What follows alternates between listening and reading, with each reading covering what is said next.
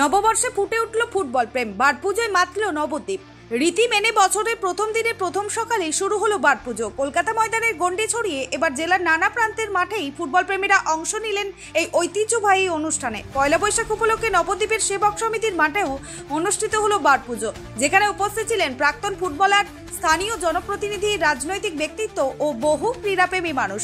ফুটবলাররা ছোট বড় ভেদাভেদ না রেখে বারে মাল্যদান করে নতুন বছরের শুভ সূচনা করেন। খুদে ফুটবলার থেকে শুরু করে সিনিয়ররাও এই পুজোর মাধ্যমে সারা বছর ভালো খেলার সংকল্প নেন।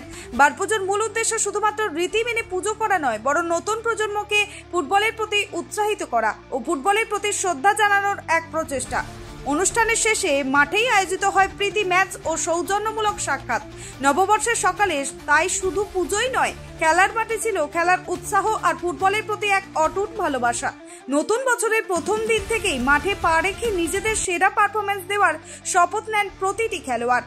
নবদ্বীপ সহ জেলার বিভিন্ন প্রান্তে এমনভাবেই আবারও প্রমাণিত হলো ফুটবল শুধু খেলা নয়, এক আবেগ, এক উৎসব।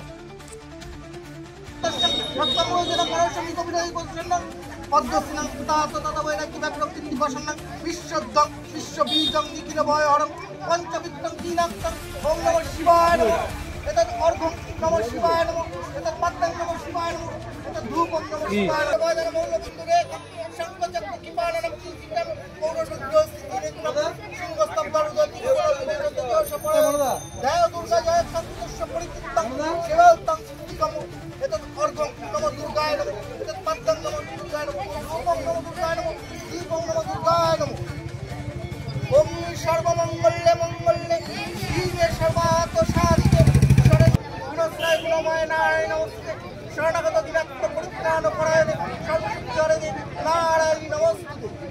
মোটামুটি 6টা চ্যাম্পিয়ন হওয়া যায় এই বছর। এইভাবে একটা মন্তব্য করতো 6টা মিনিমাম 6টা, 7টা কইতাম না 6টা।